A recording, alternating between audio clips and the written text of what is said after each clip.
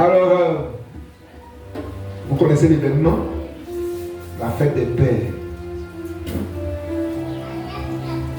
Et depuis quelques dimanches, nous étions en train de réfléchir sur un sujet, l'avènement du Seigneur Jésus.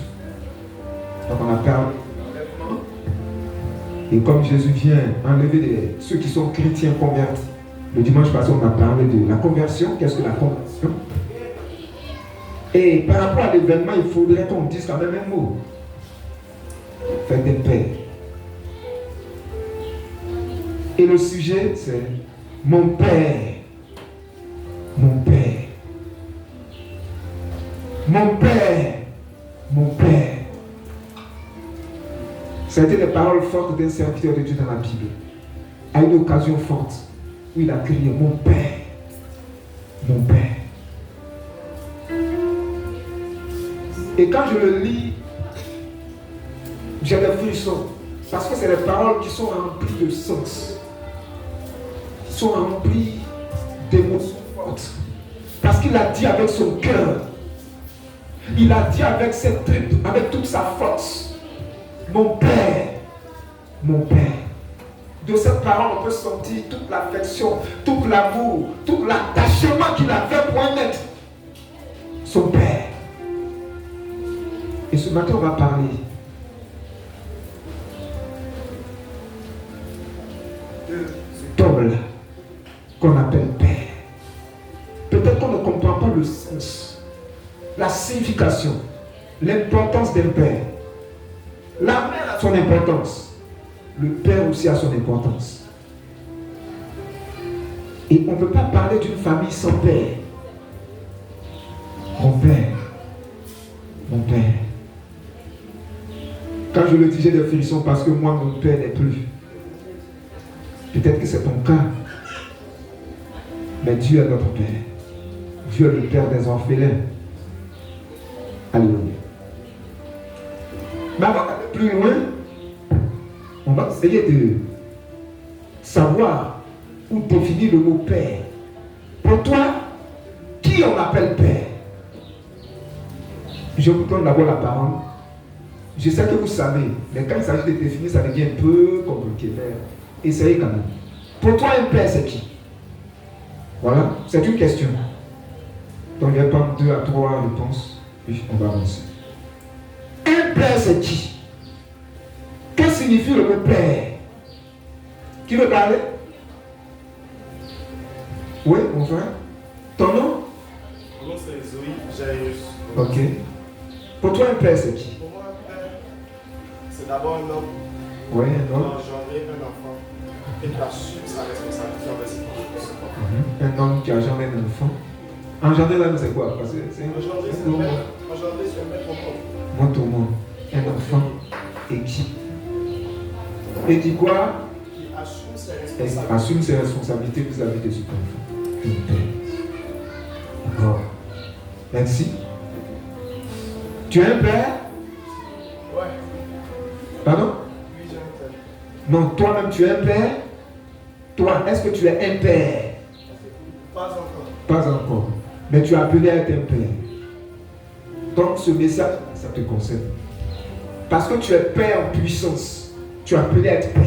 Donc quand on dit faire des pères, les jeunes, ça te concerne. Vous êtes appelé à être père.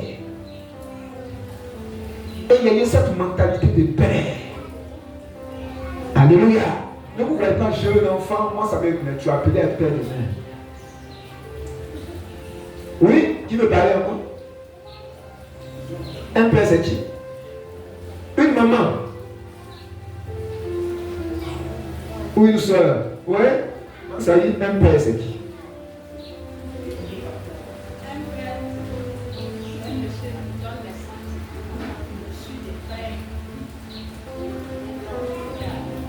Ok. Un monsieur qui donne naissance à un enfant qui est issu de pain pour devenir un homme plus tard. Ok, merci beaucoup. Mon père. Mon père. Père vient d'un mot latin qui veut dire pater. Et ce mot pater là a donné beaucoup de mots en français. C'est les mots français là dérivent soit du grec, du latin. Bon, voilà. Donc ce mot pater là, ça donnait beaucoup de mots en français. Par exemple, le mot paternel vient du mot pater. Paternel veut dire appartient, concerne le père. Quand on parle d'un amour paternel, c'est l'amour du père. Par exemple, le mot patrie, quand on parle de patrie, c'est le pays de père. Il y a le mot père dedans. Quand on parle de patriote, il y a père dedans. Donc, quelqu'un qui aime fortement, ardemment sa patrie, patriote. Quand on parle de patriarcat, il y a père dedans. Patriarcat, ça veut dire quoi? Oui? Patriarcat, là, c'est quoi? Là, il y a matriarcat, il y a cadon chez nous, là, c'est matriarcat, non, chez nous, là, c'est patriarcat. Patriarcat, là, c'est quoi? C'est côté paternel. C'est toute la situation qu'il y a là. Donc, là, il y a patriarcat, là, c'est quoi? C'est lorsque l'héritage est légué côté paternel. Donc, il y a père dedans. Patriarcat, c'est matriarcat. Tout cela, il faut connaître. Donc, c'est ça. Ça vient d'un mot pater, un mot latin. Et ça donnait beaucoup de mots en français. Maintenant, père même, c'est un homme, comme vous l'avez décrit, qui engendre, donc qui enfante ou qui met au monde un enfant ou qui adopte.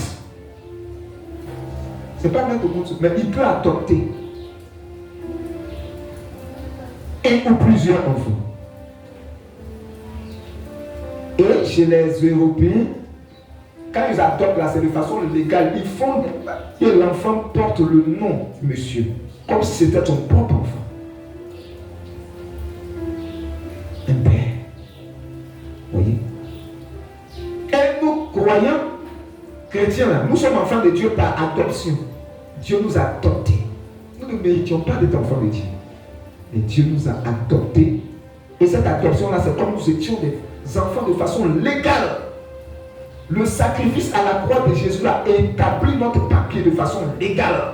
Nous sommes enfants de Dieu. Donc nous sommes co-héritiers avec Dieu, héritiers avec Dieu, co-héritiers avec Christ. Nous partageons le même héritage.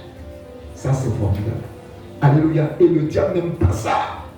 Ça lui fait mal. C'est pourquoi il nous attaque. Donc voici un peu défini de façon succincte ce qu'est un père. C'est un homme qui a un enfant qui vient de lui. Il peut même adopter. Et il doit, n'est-ce pas, prendre soin de cet enfant, ainsi de suite, on va le voir par la suite. Un père est important. Le père a son importance dans la vie. Bien aimé, si ton père est encore vivant, il faut comprendre que c'est quelqu'un d'important pour toi.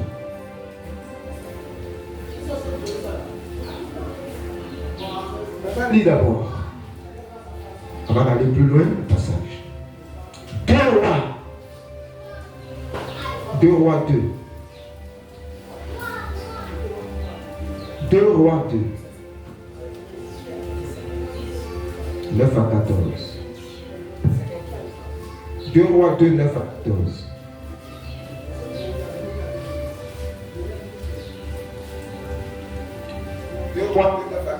J'ai dit la parole du Seigneur.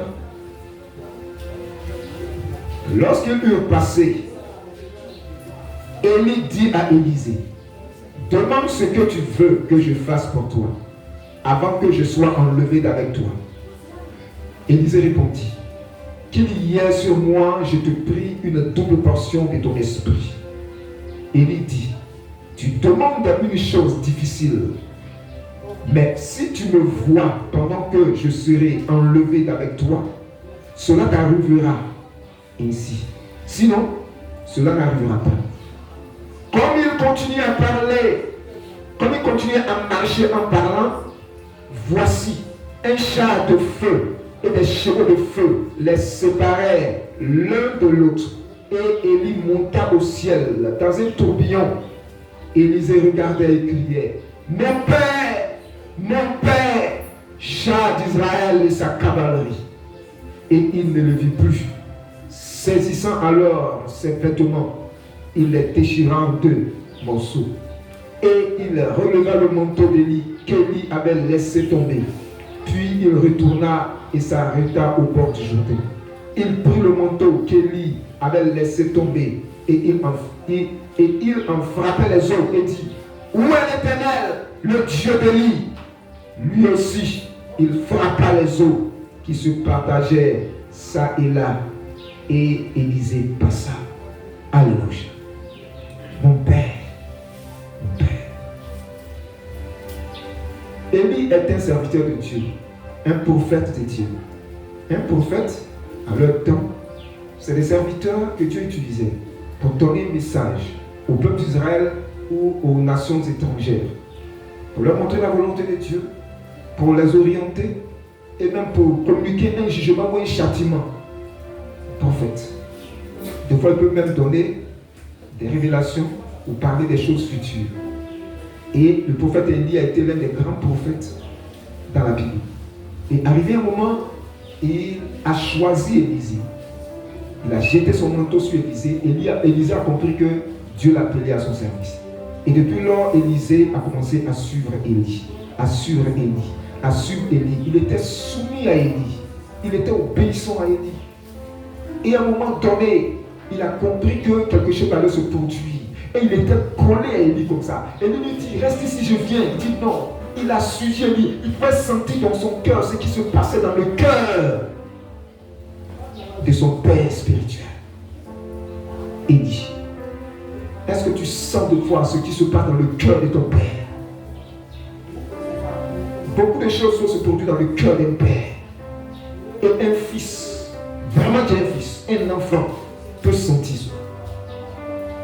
Oh, beaucoup d'enfants ne se préoccupent même pas de leur père. Mon père, mon père. Et arrivé un moment, il a deux côtés. Et il a dit: demande-moi ce que tu veux. Un père pourvoit.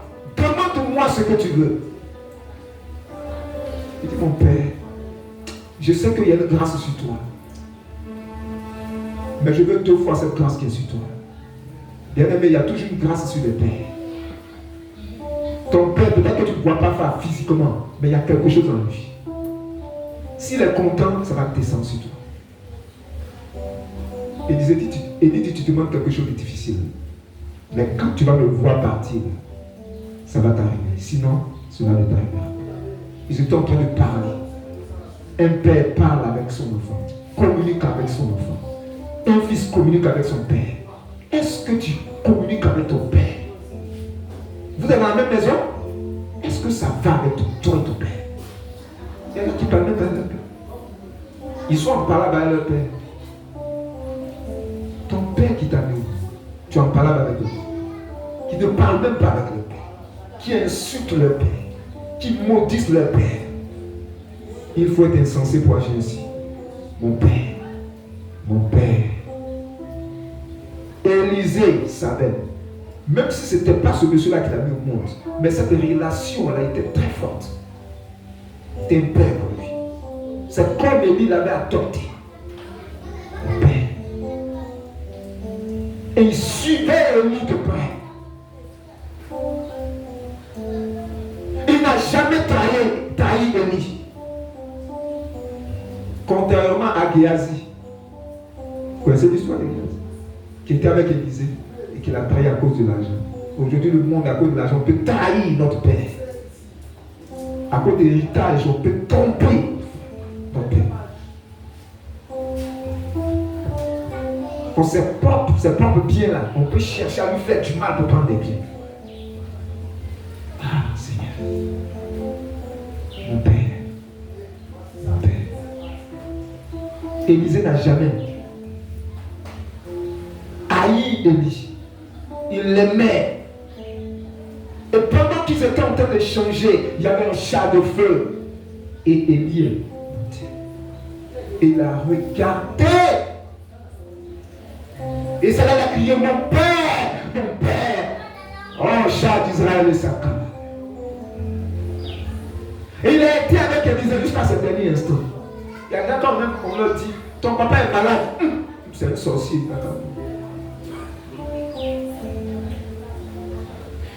Même si c'est un sorcier.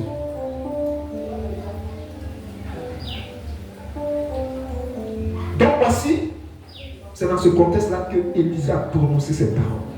Des paroles fortes. Son amour pour Élie, son attachement pour Élie. Et il a crié, je ne te parle là, mais je peux sentir tout son âme qui poussait ce cri-là. Mon père, mon père. Ce qui pouvait le consoler, le manteau d'Élie, c'était son héritage. Il a pris ce manteau. Et quand il partait avec Élie, il a vu Élie a fendu le journée avec son manteau, il a frappé le journée. Donc il a un héritage puissant. Il a frappé le journée. Où est le Dieu de mon père, Élie?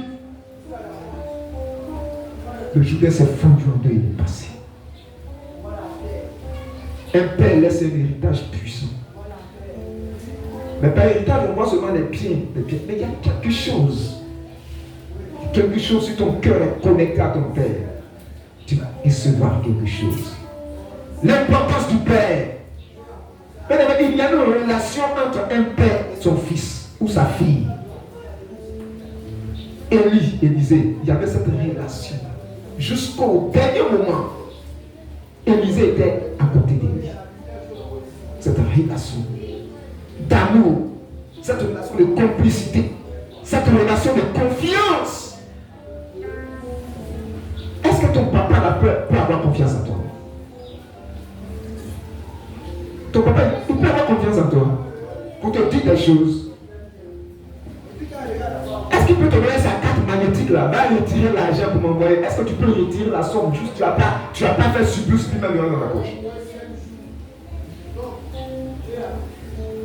Mon père.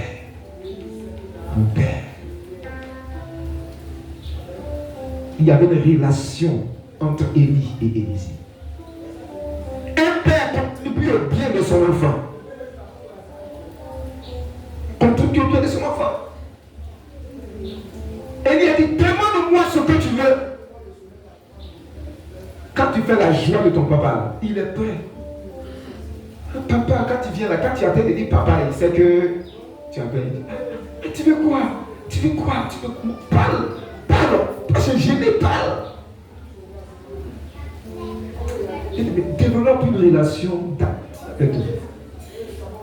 d'intimité avec ton papa. Il est là pour te bien. Ne vois pas ton père comme quelqu'un qui est là pour te détruire. Il est là pour ton bien. C'est Dieu qui a permis que cet homme-là soit ton papa. Tu ne peux pas changer ça. Il y en a qui regrettent. Moi, je regrette que je mets ce monsieur-là sur mon papa. Mais si tu regrettes, ça ne peut pas changer. Même si tu as fait des papiers, tu mets le nom de quelqu'un d'autre. Mais le lien de sang là, tu peux vider ton sang là pour mettre le sang de quelqu'un d'autre. Mon père. Il y a des choses qu'on ne peut pas changer. Pourquoi parmi tant d'hommes, c'est ce monsieur-là qui est ton père? Pose-toi la question. Il y a des combats là qui sont de faux combats. Non, je refuse. Je regarde que tu sois mon papa. Mais ça ne peut pas changer. Fais de sorte qu'il y ait une bonne relation entre toi et ton père. Quel père qui n'aime pas son enfant? Mais il y a des enfants qui font des choses qui font mal au cœur. Qui amènent les pères à regretter. Dans Genèse chapitre 6, les hommes ont fait des choses.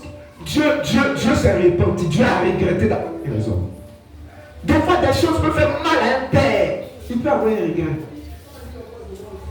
Il va peut-être pas le dire, mais son cœur sait. Et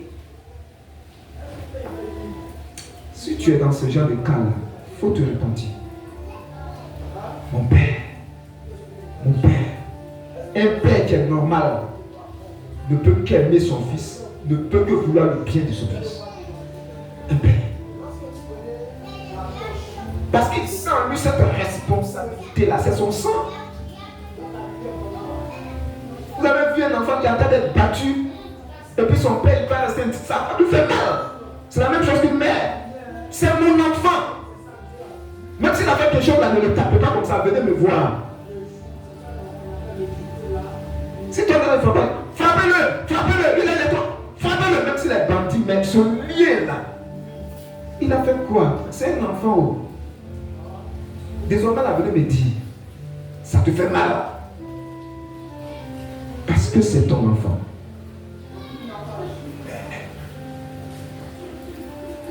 Il y a un psychologue américain, il s'appelle Abraham Maslow. Il a développé 5 grands points qui mènent le besoin des hommes en général.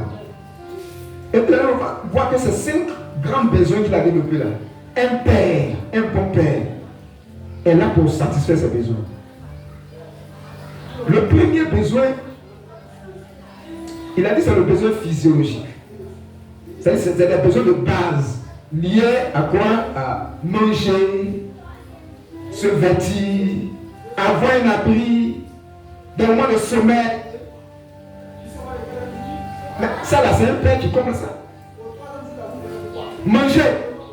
Mais ton père travaille. Tu vas manger. Dormir.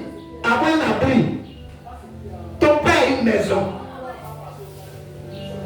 Tu ne vas pas dormir au marché. À moins que toi-même tu fasses par là avec ton père et tu dis je vais quitter la maison. Il y a des enfants qui font ça. Enfants de rue, là, est-ce qu'ils sont nés dans la rue? Qu'est-ce qui s'est passé? Et qu'il les a chassés. Ou bien c'est eux-mêmes dans leur colère, ils disent je quitte. Donc, les besoins physiologiques, les besoins primaires d'un homme, papa est là. Papa est là. Manger, papa est là. Papa travaille pour que les enfants aient à manger. Pour que maman ait à manger. Pour que tu aies des habits. Pour que tu aies un toit à dormir. Vous voyez? Le père couvre ses besoins-là. Papa est là quand tu vas à l'école.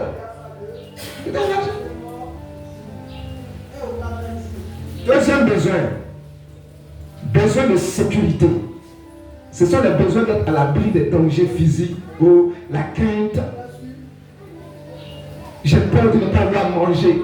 J'ai peur de ne pas avoir un toit pour dormir. Mais papa est là. Oui. La sécurité. Un père. Quand papa est là, on se sent en sécurité. Quand on dit toujours, mon papa est là. Papa est là. Comme la rentrée scolaire, fourniture. Est-ce que ton cœur bat? Ton cœur bat pas. Papa est là.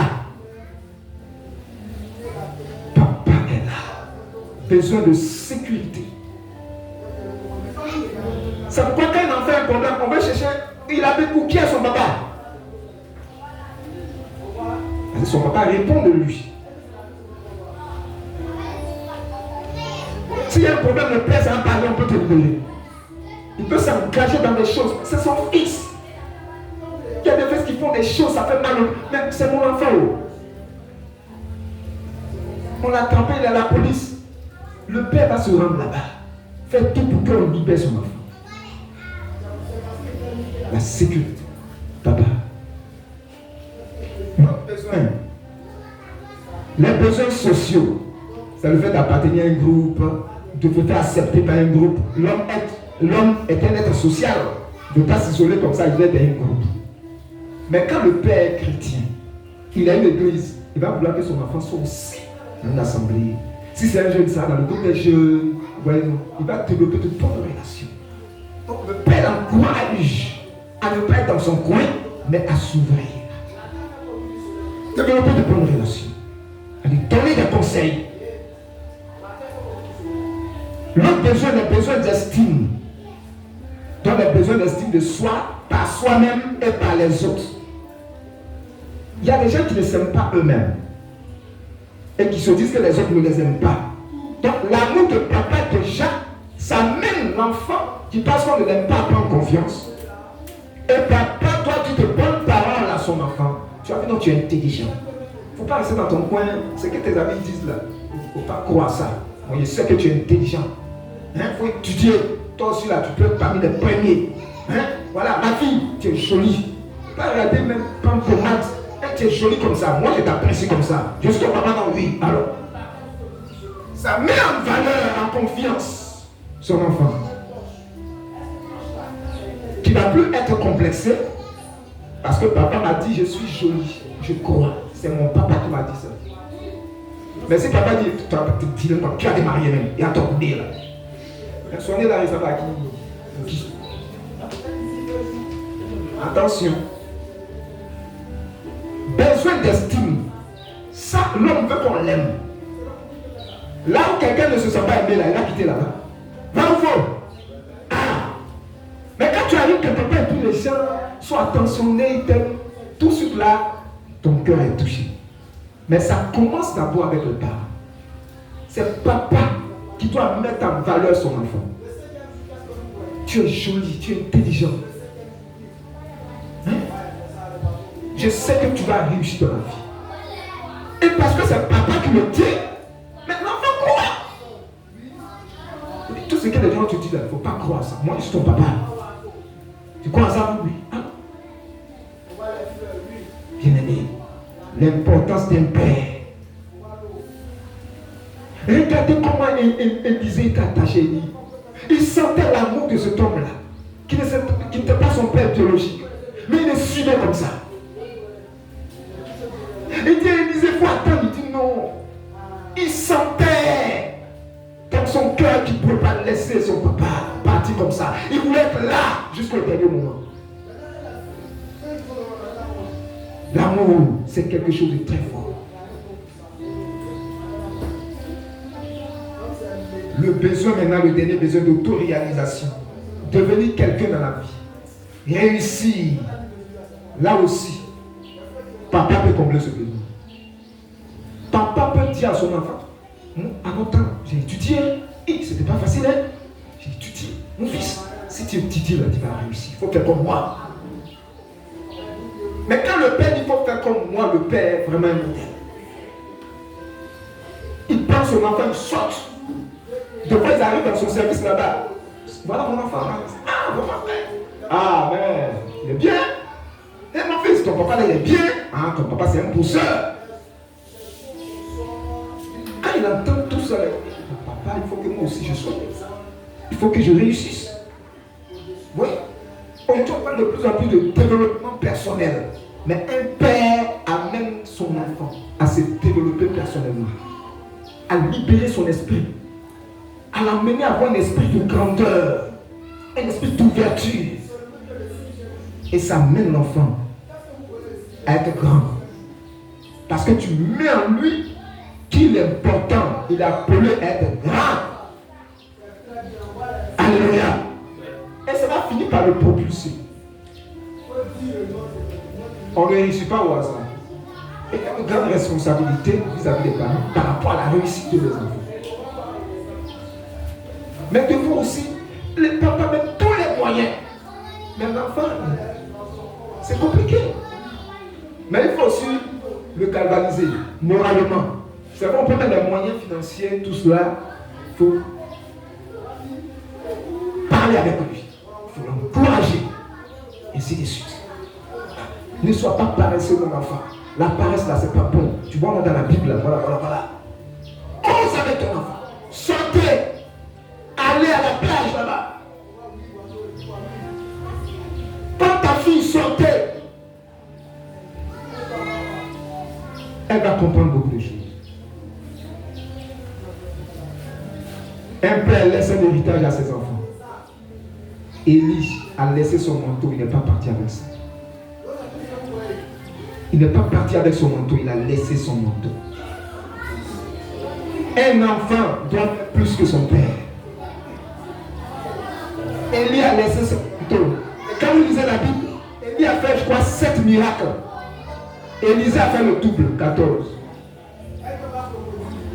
Tu dois faire plus que ton père. Et ça, c'est le père qui doit le dire à son fils. Mon fils, je veux que tu ailles plus loin que moi. Je veux que tu fasses plus que moi, hein, parce qu'on va avoir temps là. Il y a beaucoup de choses. Moi, à mon temps, bon, il n'y avait pas internet, tout ça. Là, tu peux aller plus loin dans les études, mon fils. Je veux que tu ailles plus loin que moi. Et mets-le dans les conditions pour qu'il aille plus loin que toi. C'est important. L'importance d'un père. Mon père. Mon père. Mais les pères ont des soucis par moment. Les pères ont beaucoup de soucis dans leur cœur. Lisons Proverbe 1, verset 8. Proverbe 1, verset 8 dit quoi? Proverbe 1, verset 8.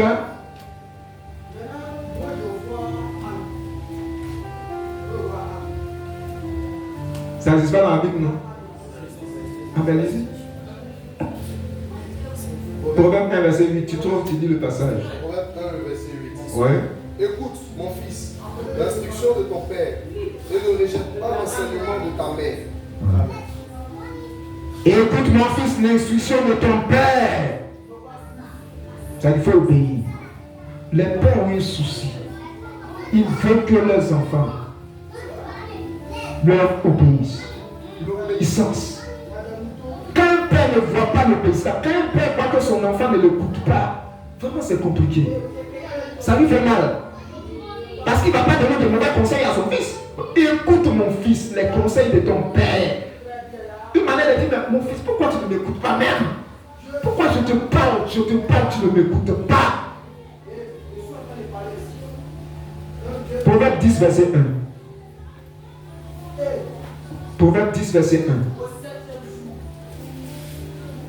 Proverbe 10, le verset 1. Proverbe de Salomon.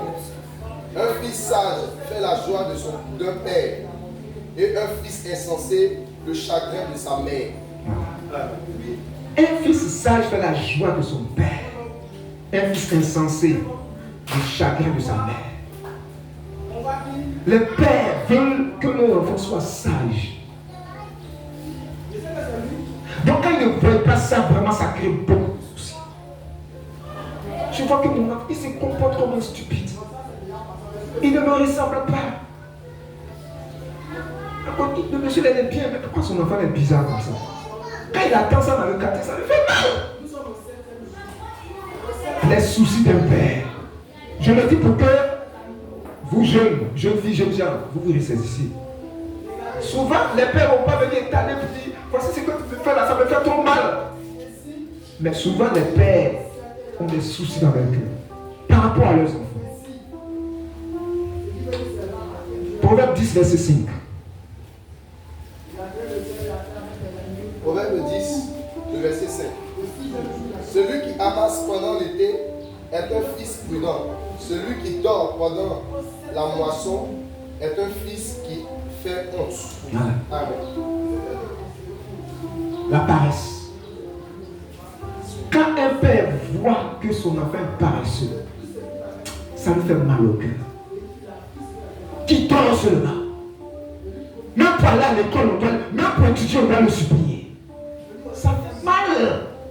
Pourquoi mon enfant est comme ça? Est-ce que c'est mon enfant même? Il y a des maisons, il a regardé son fils, quand il a dit, bon, si ce n'est pas mon enfant, il faut me dire, parce que vraiment ce qu'il fait là, je comprends. Ah oui? Parce qu'il n'a rien d'enfant à mettre.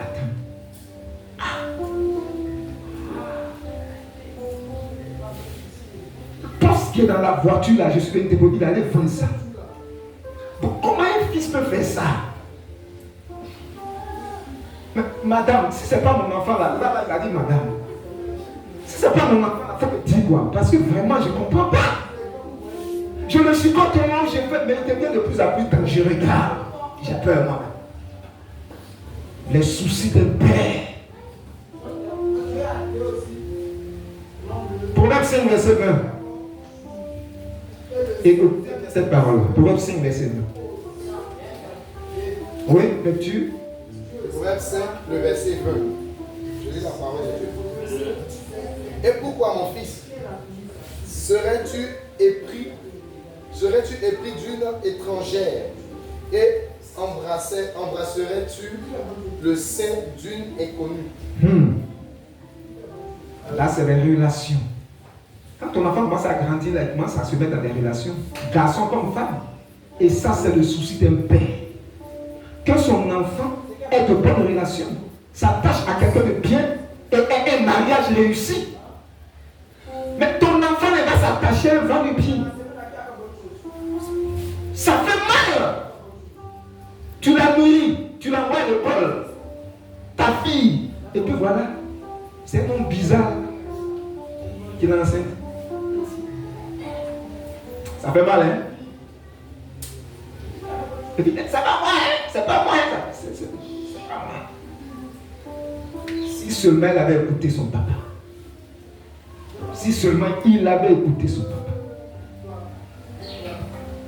Joëlie, et pourquoi mon fils serais-tu épris d'une étrangère? Une païenne. Si on vient interpréter, une païenne. Mon fils, je suis chrétien, tu es chrétien. Pourquoi? Et embrasserais-tu le sein d'une inconnue? Dans la nuit, là, ils sont deux. On ne sait même pas. Mais il y a la lumière. Venez là, la lumière là. Les gens, ils sont deux. Je lui dis, vous faites quoi dans le noir? Vous faites quoi là?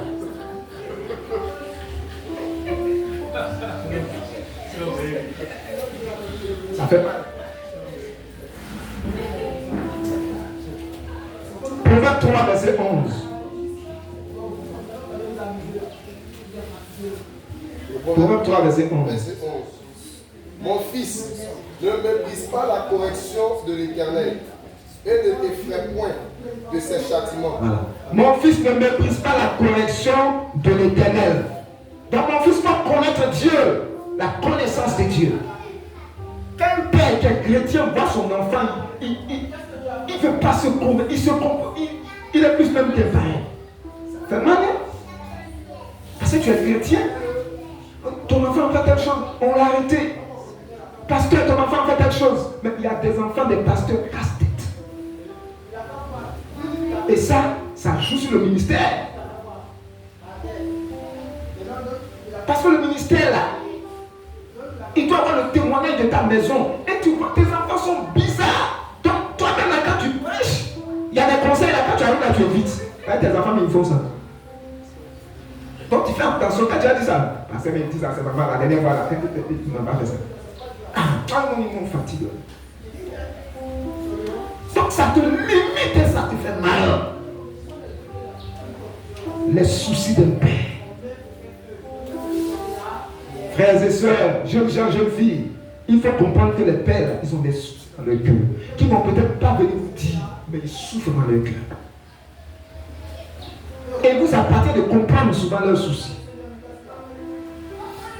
Car quand un père vraiment des soucis à cause de toi, à cause de ses enfants, bon, quelle est la bénédiction qui a descendu sur la vie? Tu es chrétien, ne fais pas souffrir ton papa. Tu es chrétien, il faut écouter papa. Il ne faut pas faire souffrir ton papa. On ne te dit pas à l'église, il faut aller faire souffrir ton papa. Qu'est-ce que les parents, la fois, lui dit les parents, il va l'enfer. C'est pas ce qu'on enseigne. Mon père, mon père. Alors on va essayer de t'aimer. Toi qui as ton père qui vit encore, est-ce que tu sais où il est actuellement? Ton papa il est où? Il ne savait pas que tu tournes leur papa. Ils se sont laissés il y a longtemps et puis ils ne s'inquiètent pas. Je ne sais pas où. Mais c'est grave. Tu sais où c'est tout ton papa actuellement? Est-ce que tu as cette nouvelle? Mais de ton papa. Tu as dit, mais parce que c'est lui qui doit m'appeler. C'est peut-être vrai. Tu l'aimes, il faut chercher ton papa. C'est pourquoi un enfant, même s'il a adopté, à un moment, s'il apprend qu'il a adopté, qu'il a ses parents qui sont il va les chercher. Il va les chercher. Il veut connaître ses vrais parents. Même si ton papa ne t'appelle pas, c'est ton papa. Quelles sont vos relations? Est-ce que vous avez de bonnes relations? Ou bien c'est toujours palabre? Et comme c'est toujours palabre là, pasteur, moi il est plus palabre. Mon papa là même là, c'est un sorcier.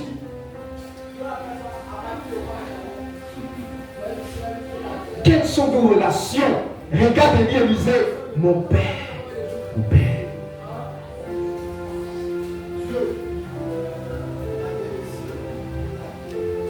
Comme je l'ai dit, il y a des gens qui insultent leur papa, qui font palabre avec leur papa, qui maudissent leur papa. Si tu as déjà fait ça, il faut te repentir. C'est-à-dire, il faut faut demander pardon à Dieu. Même si tu penses que tu as raison, il faut demander pardon à Dieu. Parce que c'est pas bien. Il dit, soumettez-vous aux autorités. Ton père est une autorité. Obéissez à vos parents. Honorez vos parents. Quand devant les gens comme ça, tu dis des choses, puis ton père, ça là, vraiment c'est grave. Parce qu'honorer là, c'est qu'en public comme ça là, tu dis de bonnes choses, la personne se sent grand. Et mes amis, voilà mon papa, il est venu à l'école là-bas. Et voilà le papa de Sonia. Et le papa de Sonia. Et Sonia, ah mon papa là, ah, bien. Papa, c'est un bon papa. Ouais, non, il est venu. Vous savez. Et puis tu fais les éloges de ton papa. Et puis ils sont. Et puis Sonia, ton papa est là. Ouais, quoi? C'est un mauvais type. Comment les autres vont le voir? C'est une déshonneur, c'est pas bon. Il faut nourrir ton père. Il faut faire la joie de ton père. Il faut apprécier les efforts de ton papa. Un père fait beaucoup d'efforts. Il ne va peut-être pouvoir faire tout ce qu'il faut. Mais un enfant doit considérer quand même les petits efforts de son père. Même s'il n'a pas de moyens. Mais reconnais les efforts que ton papa fait. Femme, reconnais les efforts que ton mari fait. Il ne faut pas comparer ton foyer avec les autres foyers. Parce que depuis là, il parle des femmes. Là aussi, il y a des mamans dedans. Hein? Ton mari là, il faut bien le prendre, il ne faut pas l'exposer là-bas. Lui, il me donne 500 francs pour aller manger.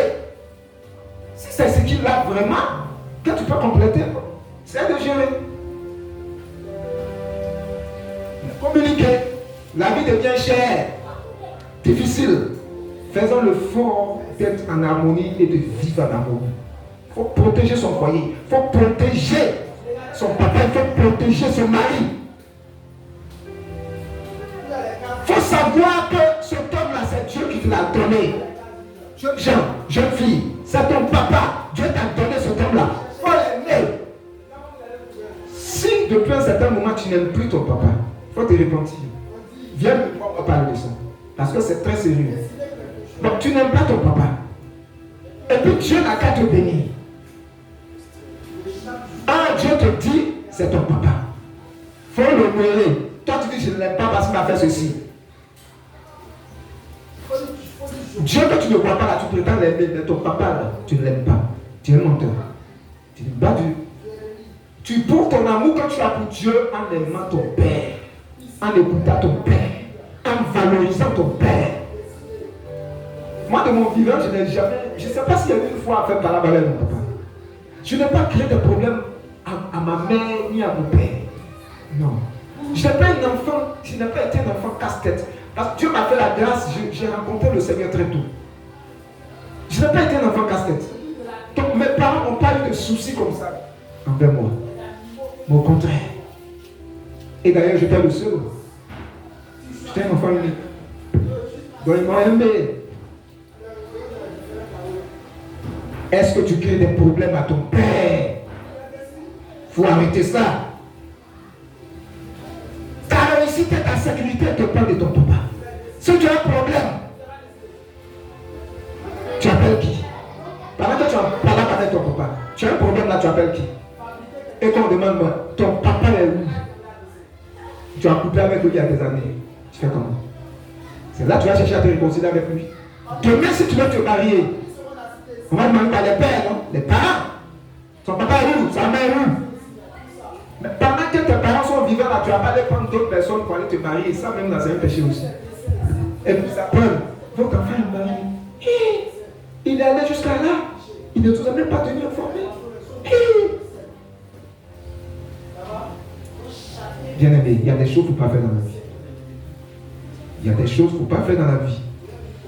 Et pour couronner, il faut prier pour ton papa. Tout à l'heure, on va le faire. Si ton papa est encore en vie, il faut prier pour lui. Pour qu'il soit en bonne santé. Priez pour lui s'il ne connaît pas le Seigneur. Seigneur, que mon père là te rencontre. Parce que tu l'aimes. Tu ne veux pas qu'il aille en enfer. Prie pour lui pour qu'il ait les moyens pour pouvoir aux besoins de tes frères. Si toi tu travailles, il faut lui apporter un peu. Il faut lui apporter un peu. Toi tu as bien, tu manges. Tu es marié. Il va te dire que peut-être c'est sa femme, elle a marié une mauvaise femme. Or la pauvre là même elle te dit, femme moi là, tu dis non c'est un sorcier. Ils vont tout mettre sur la pauvre femme alors qu'elle est encore une femme moi là. Va saluer ton père, tu dis que est sorcier. Souvent on met tout sur la femme. Elle est pour rien. Va saluer tes parents. S'ils sont au village là, va saluer ton papa. Faut bien, il veut manger. Les parents à un certain âge là, c'est quoi? C'est manger. C'est pas porter veste et cravate. Quel est son besoin? Il veut manger. Et puis, avoir lui, voilà des petits médicaments, là, des soins, il est en bonne santé encore pour vivre quelques années. Voilà. Elle est contente. Mon fils est à Abidjan. Mais les autres l'enfants, et puis, elle devient, mais mon fils là, il a Abidjan. Il ne sait pas où. Il dit, je suis un sorcier. Changeons les comportements ce jour. Mon Père, aide-moi à l'endroit des orphelins qui n'ont pas de papa. Parce que pendant que je parle, je sais que peut-être beaucoup de choses se passent dans leur cœur. Parce que mon papa est mort. La Bible dit que Dieu est le Père des orphelins. T'encourage. Peut-être que tu as perdu ton père pendant que tu étais enfant. Peut-être que tu n'as même pas connu. Dieu est le Père des orphelins. Lisons quand même deux passages. Proverbe 60, verset 6 à 7. Lisons ça rapidement. Proverbe 68, verset 6 à 7. Il y a 68. Il y a 60? Comment? Bon. Souvent, là, on a souvent une on prépare la prédication là. Ça nous amène en bourse. Bon, lisons 6 là en haut et puis lisons Proverbe 6. Proverbe 6 à 7. C'est ça? Non, c'est pas ça. Dans le passage, il dit ne pas faire de la peine aux orphelins. Il ne faut pas faire des choses qui vont faire mal aux orphelins. Parce que déjà, ils n'ont pas leur père, donc ils sont fragilisés. Vous voyez, non? Tout à l'heure, parler des pères qui prêtent une sécurité pour son enfant, donne la nourriture, ainsi de suite. Mais un orphelin qui est déjà fragile, il ne faut pas encore le blesser. Pourquoi la Bible recommande de ne pas faire du mal aux orphelins et veuves. Lisons Jacques 1, verset 27, c'est notre dernier passage. Jacques 1, verset 27.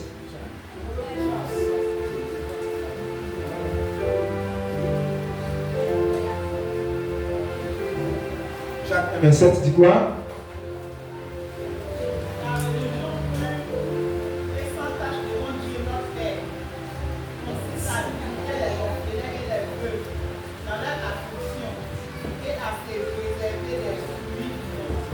La rémission pure et sans tâche devant Dieu consiste, devant Dieu notre Père, consiste à visiter les orphelins et les veuves dans leur affliction et à se préserver des souillures du monde. Religion sans tâche.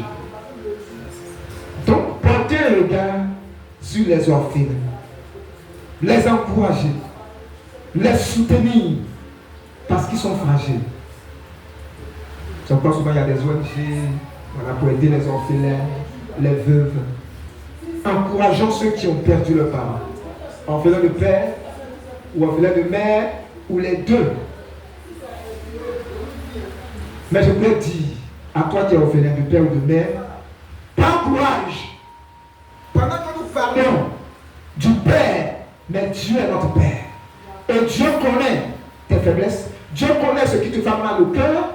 C'est difficile quand un enfant qui n'a pas son papa voit l'autre qui a son papa, lui donne des conseils pour voir ses besoins. L'autre se dit, si mon papa était là, si mon père était là. Vous voyez? Mais le Seigneur est là. Mais le Seigneur te donne une famille. Mais le Seigneur te donne aussi un père. Voilà, il y a des pères spirituels. Voilà, des mères spirituelles, ainsi de suite. qui peuvent combler ce vide-là. Même ça peut être le cas comme le père politique.